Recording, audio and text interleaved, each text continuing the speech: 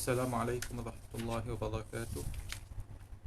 Alhamdulillah wassalatu wassalamu ala Rasulillah wa ala alihi wa ashabihi wa man wala. Alhamdulillah, bersyukur kita kepada Allah Subhanahu wa taala atas segala nikmatnya, atas segala kurniaan, rezeki dilimpahkan kepada kita, kesihatan, keimanan, kesejahteraan dalam kehidupan. Dapat kita bersama-sama untuk mendengarkan pengajian yang seterusnya berkaitan dengan kisah-kisah dalam Al-Quran, dan ini merupakan sesi yang kedua.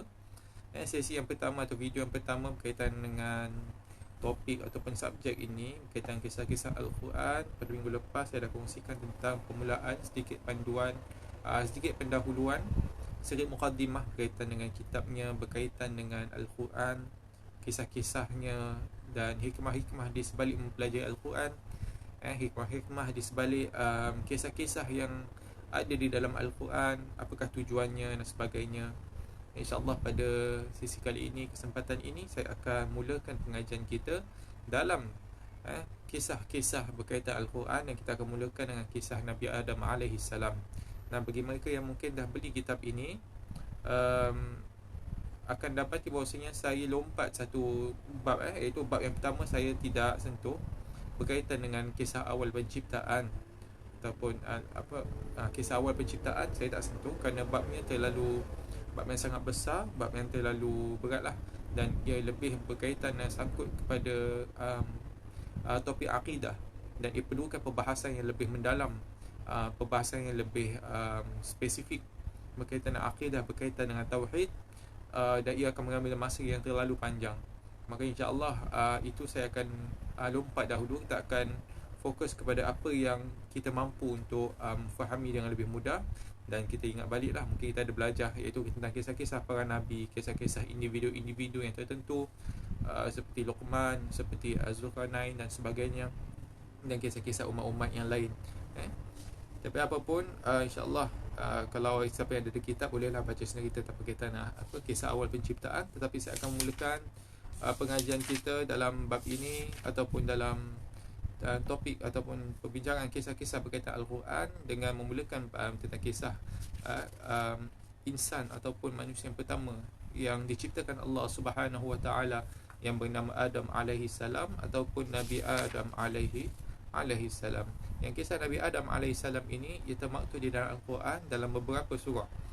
Kisah-kisah ni tentang para anbiya, contoh kisah-kisah berkaitan dengan umat-umat yang tertentu, mereka bukan, ada kalanya mereka disebutkan di dalam satu surah yang dalam ayat yang panjang dalam satu surah, tapi kebanyakan masanya ia disebut dalam ayat-ayat yang pelbagai, dalam pelbagai surah juga. Contoh dalam kisah berkaitan Nabi Adam, ia disebut dalam surah Al-Baqarah, yang penting, yang paling utama dalam surah Al-Baqarah, kemudian disebut dalam surah Al-A'raf, kemudian disebut dalam surah Al-Hijr, disebut dalam surah Al-Isra dan sebagainya, dalam surah Taha. Jadi bukan saja dalam surah Al-Baqarah saja ia disebut tentang Nabi Adam AS, tetapi disebut tentang Nabi Adam AS, penciptaannya dan sebagainya, dalam ayat-ayat yang ayat berbeza pada surah-surah yang berbeza. Nah, baiklah, di sini kita akan mulakan tentang Nabi Adam AS yang kita kenali sebagai seorang hamba Allah ataupun seorang manusia yang diciptakan oleh Allah Subhanahu wa taala, yang di mana Allah Taala cipta Nabi Adam daripada tanah, dan di mana Nabi Adam AS merupakan manusia yang pertama dan merupakan moyang kita lah, moyang kita, di mana kita semua adalah keturunan Adam AS. So kita mulakan di mana penulis memulakan dalam bab berkaitan dengan penciptaan dan perjanjian, yang di mana Allah Subhanahu wa taala sebelum menciptakan Nabi Adam AS, sebelum penciptaan Nabi Adam, ada peristiwa-peristiwa yang berkaitan dengan penciptaan sebelum diciptakan, yang di mana Allah Subhanahu wa taala dah ciptakan alam semesta. Alam semesta dah diciptakan. Bila saya kata alam semesta ni bukan orang kata alam sekitar. Alam sekitar lain, alam sekitar ni bumi kita, tetapi alam semesta maknanya universe ini. Allah Ta'ala dah ciptakan universe, dah ciptakan planet-planet, dah ciptakan bintang, bulan, matahari dan sebagainya, dan diciptakan bumi, yang di mana ia adalah tempat tinggal untuk makhluk yang Allah Ta'ala akan ciptakan, iaitu Adam AS dan keturunannya. Dan Allah Subhanahu Wa Ta'ala bila dah ciptakan bumi ini dengan langitnya, dengan awan dan sebagainya, kemudian diciptakan dengan segala inti ataupun kandungan bumi ini, daripada tanahnya, daripada rumputnya, daripada pokok dan sebagainya, sesuai untuk didiami oleh Adam alaihi salam. Jadi semua ini telah dicipta oleh Allah Subhanahu Wa Taala dengan pergerakan malam dan siangnya, dengan panas, dengan sejuknya dan sebagainya, di mana semua makhluk yang diciptakan Allah Ta'ala sebelum diciptakan manusia, seperti para malaikat, binatang-binatang, pokok-pokok, tumbuh-tumbuhan dan sebagainya, mereka bertasbih memuji Allah Subhanahu Wa Ta'ala dan mensucikan Allah Subhanahu Wa Ta'ala. Jadi itu sikit sebanyak tentang permulaannya. Kemudian seperti kita tahu, di sisi Allah Subhanahu Wa Ta'ala ada para malaikat. Para malaikat yang sentiasa memuji Allah Subhanahu Wa Ta'ala, di mana para malaikat ini mereka diciptakan atas satu tujuan, iaitu untuk mengabdikan diri mereka kepada Allah Subhanahu Wa Taala dan untuk menuruti perintah Allah Taala tanpa ada sebarang nafsu-nafsu yang buat mereka untuk lakukan benda lain. Jadi tujuan mereka diciptakan pertama sekali untuk beribadah kepada Allah Subhanahu Wa Taala, sentiasa berzikir, sentiasa mengabdikan diri mereka kepada Allah, dan pada masa yang sama untuk melakukan apa yang diperintahkan Allah Subhanahu Wa Taala kepada mereka, tanpa mereka melawan, tanpa mereka menolak apa yang diperintahkan kepada mereka. Dan dah tentulah kita tahu bahawa sehingga malaikat ini mereka diciptakan daripada cahaya. Macam mana mereka diciptakan dari cahaya? Itu adalah kuasa Allah Subhanahu Wa Taala, berdasarkan dengan ayat Al-Quran, wa idza qada amran fa innama yaqulu lahu kun fayakun. Apabila telah ditetapkan sesuatu perkara itu, maka Allah Ta'ala hanya mengatakan jadilah, maka akan jadilah. Itu adalah kuasa Allah Subhanahu Wa Ta'ala yang tidak terhingga dan yang tidak terbatas. Dan jadi para malaikat ini mereka diciptakan daripada cahaya. Semua malaikat diciptakan daripada cahaya. Dan para malaikat tentulah mereka ada tugas-tugas masing-masing. Ada para malaikat yang ditugaskan untuk hanya beribadah saja, di mana mereka bertawaf di satu tempat. Ada yang di kalangan para malaikat yang ditugaskan untuk mengangkat arash. Itu disebut dalam sebuah hadis, di mana malaikat yang mengangkat arash ini, Nabi SAW menceritakan bahawasanya jauh daripada satu bahu ke bahu mereka itu sangat jauh lah, hingga beribu tahun begitu, perjalanan dan sebagainya. Dan itu sikit sebanyak tentang para malaikat. Dan juga selain daripada para malaikat, ada juga di kalangan jin. Di kalangan jin ada iblis. Ada ayah bangsa iblis ni adalah ayah bangsa jin, yang pada masa sebelum diciptakan Adam AS juga mereka ada di kalangan makhluk yang sentiasa bertasbih, sentiasa mengabdikan beribadah kepada Allah Subhanahu Wa Taala bersama para malaikat. Walaupun iblis dan para golongan jin yang berada itu, mereka bukan di kalangan para malaikat, tetapi mereka adalah makhluk yang berbeza, tapi mereka juga berada di kalangan penduduk langit. Ini adalah sebelum iblis yang kita belum kenal lah, iblis yang sebelum peristiwa berlaku tentang Nabi Adam AS.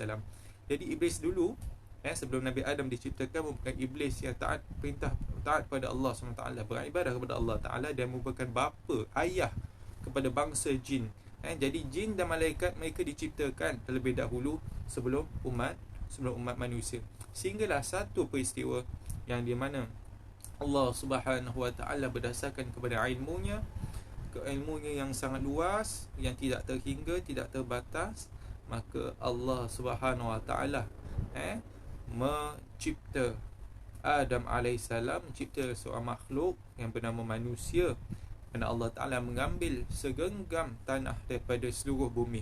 Bumi itu dah diciptakan, maka Allah Ta'ala ambil tanah daripada semua pelusuk ataupun semua bahagian daripada muka bumi ini, iaitu earth kita ataupun muka bumi kita, dan Allah Ta'ala menciptakan daripada tanah itu yang dijadikan manusia, dijadikan sebuah susuk, sebuah badan yang dirupakan oleh Allah Subhanahu Wa Taala, dan dia diciptakan, disebut dalam sebuah hadis yang diriwayatkan oleh Imam Muslim tentang awal penciptaan, bahawasanya diciptakan Adam AS pada hari Jumaat.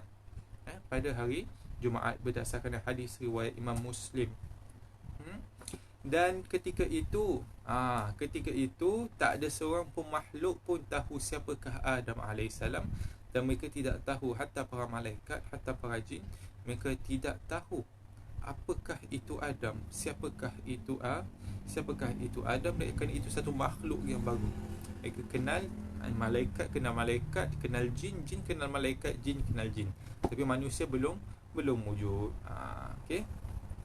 Nah, di sini ada lebih orang kata itu dirincikan ataupun diberikan penjelasan pertama sekali bagaimanakah Allah Subhanahu Wa Taala menciptakan manusia berdasarkan daripada hadis-hadis yang sahih, di mana Allah di sini disebut bahawasanya Allah Subhanahu Wa Taala menciptakan Adam alaihissalam pertama sekali daripada tanah yang pelbagai di muka bumi. Kemudian tanah itu dibasahi, jadi daripada tanah tu dibasahi, maka dia menjadi tanah yang lembut lah, tanah yang basah dan lembut. Kemudian tanah lembut tu Allah Ta'ala bentukkan menjadi jasad. Kemudian Allah Ta'ala membiarkannya menjadi sampai dia dah kering lah, sampai dia kering. Kemudian bahagian yang pertama diciptakan adalah tulang ekor, kerana itulah tanah tidak memakan tulang ekor tersebut. Jadi itu ada sedikit sebanyak description berkaitan dengan penciptaan manusia. Juga ada sebuah hadis yang diriwayatkan oleh Abu Hurairah dan diriwayatkan oleh Al-Bukhari dan Al-Bukhari dan Muslim di dalam kitab sahih mereka, yang bahawasanya semua bahagian manusia, Nabi SAW bersabda, semua bahagian manusia itu akan hancur kecuali tulang ekor. Darinya bentuklah tubuh manusia disusun. Dalam riwayat yang berbeza, setiap anak Adam itu akan dimakan oleh tanah kecuali tulang ekor. Darinya ia diciptakan dan darinya ia disusun kembali apabila dibangkitkan. Jadi itu sikit sebanyak. Tetapi apa yang utama di sini adalah Adam alaihissalam dicipta oleh Allah Ta'ala daripada tanah. Adakah kita diciptakan daripada tanah? Tidak. Dalam Al-Quran kita ini disebut bahawa kita ini diciptakan daripada air mani. Itu disebut dalam Al-Quran. Kita diciptakan daripada air mani, tetapi kita ini memandangkan kita datang daripada Nabi Adam AS, kita merupakan keturunannya, maka kita mempunyai ciri-ciri yang sesuai dengan tanah. Ini belum tiba masa yang untuk kita bincangkan tentang hal ini. InsyaAllah akan datang nanti. Tetapi kita nak lihat di sini, kita lihat di mana Allah Subhanahu Wa Taala mengkhabarkan kepada makhluk-makhluk yang berada di langit, yang berada di sisinya, tentang yang Allah Ta'ala nak ciptakan seorang manusia ataupun seorang makhluk yang bernama manusia. Disebut dalam surah Al-Baqarah ayat 30, di mana Allah Ta'ala berfirman, ba'da'udzu billahi minasyaitonir rajim, wa iz qala rabbuka lil malaikati inni ja'ilun fil ardi khalifah. Qalu ataj'alu fiha man yufsidu fiha wa yasfiku ad-dima'a wa nahnu nusabbihu bihamdika wa nuqaddisu lak qala inni a'lamu ma la ta'lamun. Itu di mana Allah Subhanahu Wa Taala mengkhabarkan kepada para malaikat, bahwasanya aku ingin menjadikan di dunia ataupun di bumi, muka bumi ini seorang khalifah, iaitu seorang manusia. Masuk khalifah tu manusia lah. Itu khalifah tu seseorang yang diberikan tanggungjawab untuk mengelolakan ataupun menguruskan muka bumi. Maka para malaikat bila mendengar ini, maka mereka tahulah yang dimaksudkan dengan khalifah ini adalah manusia. Dan manusia ini dan para malaikat mereka diberikan ilmu juga, dan mereka diberikan ilmu yang terhad oleh Allah Subhanahu Wa Taala. Dan mereka tahu bahawasanya manusia ini mereka akan melakukan, mereka mempunyai orang kata tu nafsu. Mereka mempunyai pilihan untuk melakukan sesuatu yang baik ataupun pilihan melakukan sesuatu yang tidak baik. Sebab tu dalam ayat ni mereka berkata kepada Allah Subhanahu Wa Taala, qalu ataj'alu fiha man yufsidu fiha wa yasfiku ad-dima'a. Adakah akan menciptakan makhluk yang boleh membuat kerosakan dekat muka bumi dan boleh menumpahkan darah? Adakah engkau akan menciptakan itu, ya Allah? wa nahnu nusabbihu bihamdika wa nuqaddisu lak. Dan padahal kami sedangkan kami bertasbih memujimu dan menyucikan namamu. Ni yang ditunjukkan para malaikat yang di mana tidak pernah mereka penat beribadah kepada Allah. Di mana mereka akhirnya mereka mengira padahal mereka adalah makhluk yang tidak melampaui tingkatan yang mereka memiliki, bahawasanya makhluk yang baru akan diciptakan untuk bertasbih beribadah, yang terungkap melalui lisan mereka dan membaca tasbih dan memuji Allah. Namun Allah Subhanahu Wa Taala dia mengetahui segala apa yang ada. Kemudian Allah firman, inni a'lamu ma la ta'lamun. Aku ini mengetahui apa yang kamu tidak tahu.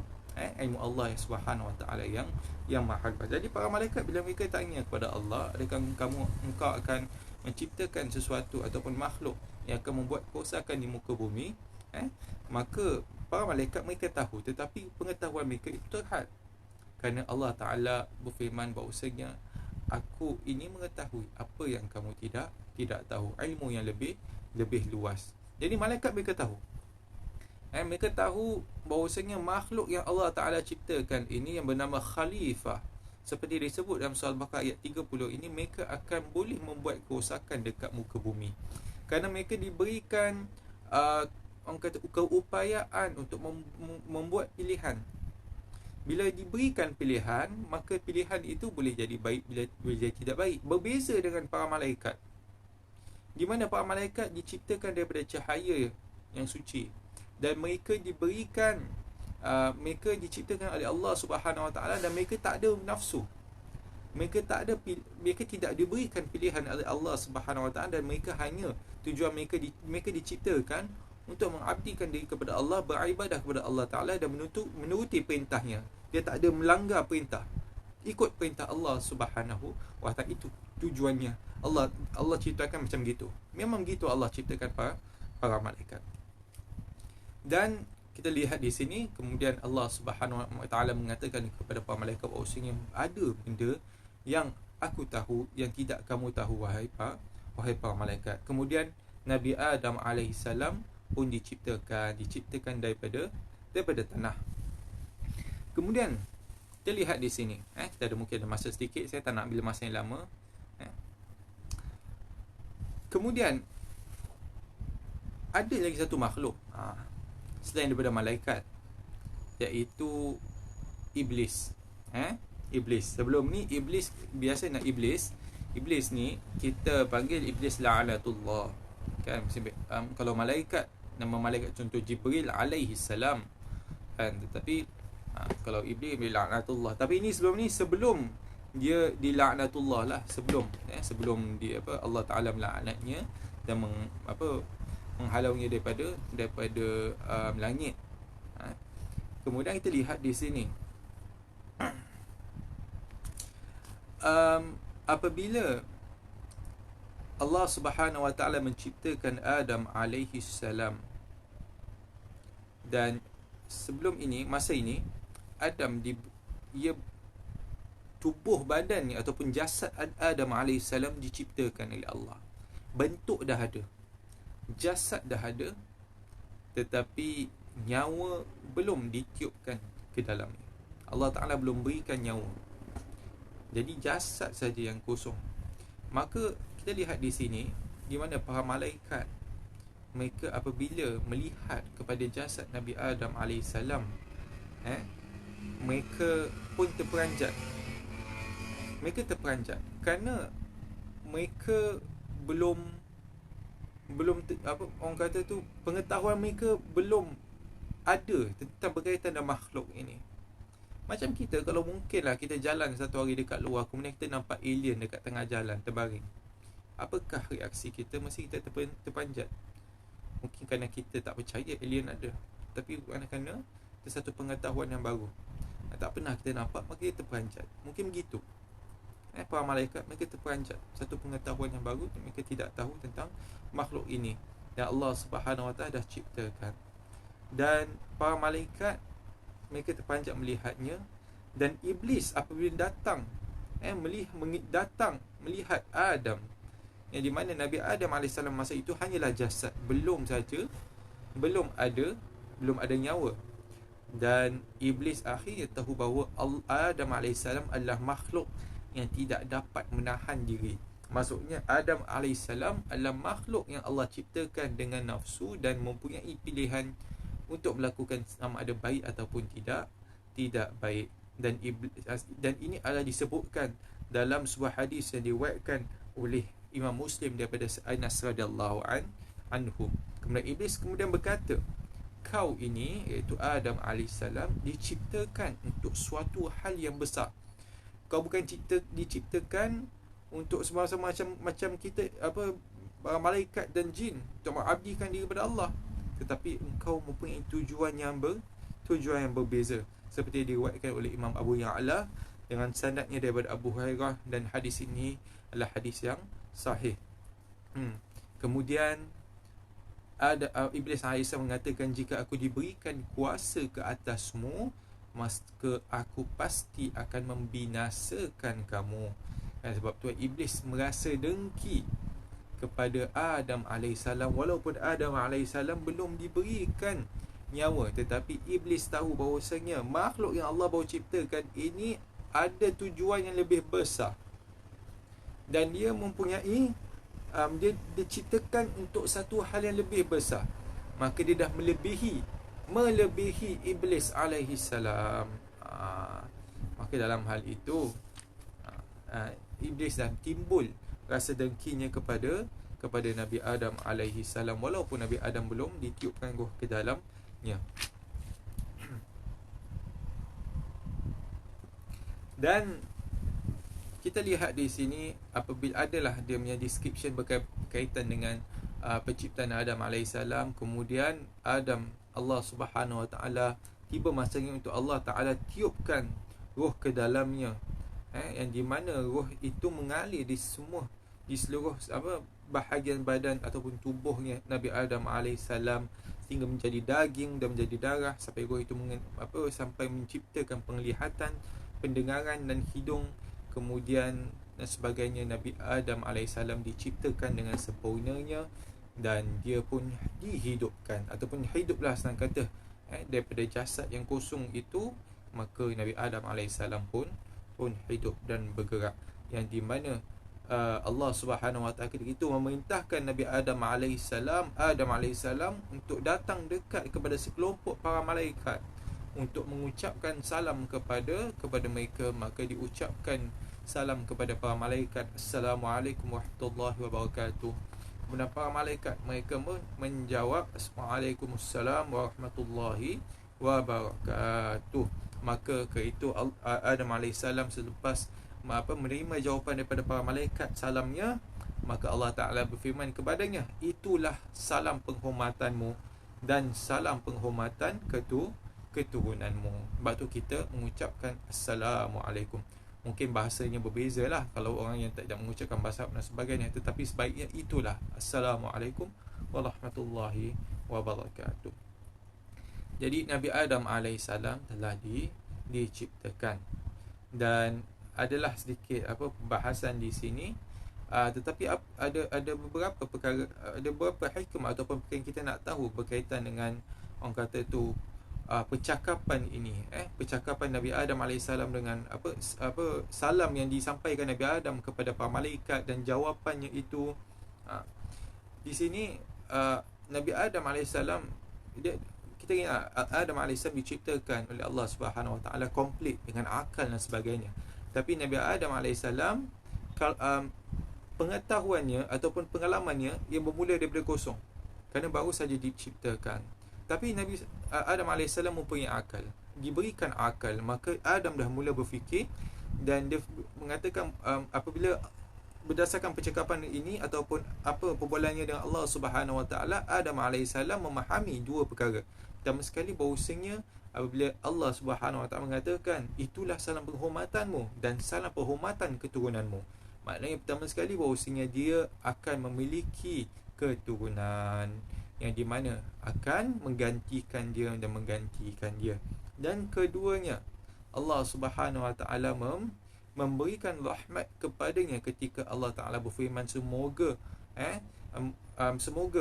Tuhanmu memberikan rahmat kepadamu, iaitu semoga kamu diberikan rahmat kepadamu. Dengan demikian, kalaulah dia bertaubat, maka Allah akan mengampuni, kerana Allah Subhanahu Wa Taala, rahmat Allah mendahului azab.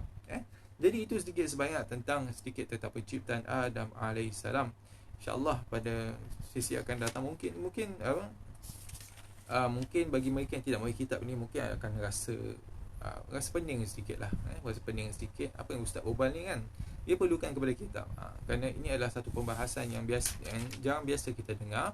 Kisah ini biasa kita dengar Adam alaihissalam diciptakan, kemudian Iblis dengki, maka Iblis pun cuba untuk halang dan sebagainya. Tetapi ada kisahnya sangat detail berkaitan dengan Nabi Adam alaihissalam. Kerana kita masukkan kepada dalam kisah ini riwayat yang sahih daripada hadis-hadis Nabi sallallahu alaihi wasallam. InsyaAllah kita akan sambung pada minggu hadapan tentang peristiwa ataupun apa yang berlaku selepas ini berkaitan dengan nama, yang di mana disebutkan seterusnya dalam ayat-ayat seterusnya di dalam surah Al-Baqarah, wa 'allama Adam al-asma'a kullaha summa 'aradahum 'alal malaikati faqala anbi'uni bi asma'i haula in kuntum sadiqin. InsyaAllah pada ayat ini kita akan ayat 31, ayat 32 dan ayat 33 akan insyaAllah kita akan sentuh pada minggu hadapan. Wallahu ta'ala alam. InsyaAllah terima kasih kepada mereka yang mendengar. Semoga kita semua di kalangan hamba-hamba Allah Ta'ala yang sentiasa membaca Al-Quran, sentiasa cuba untuk memahami Al-Quran, mentadabburi Al-Quran dan mengamalkan Al-Quran. Wallahu ta'ala alam. Aku qawli hadza wa astaghfirullahal azim li wa lakum. Assalamualaikum warahmatullahi wabarakatuh. Terima kasih semua.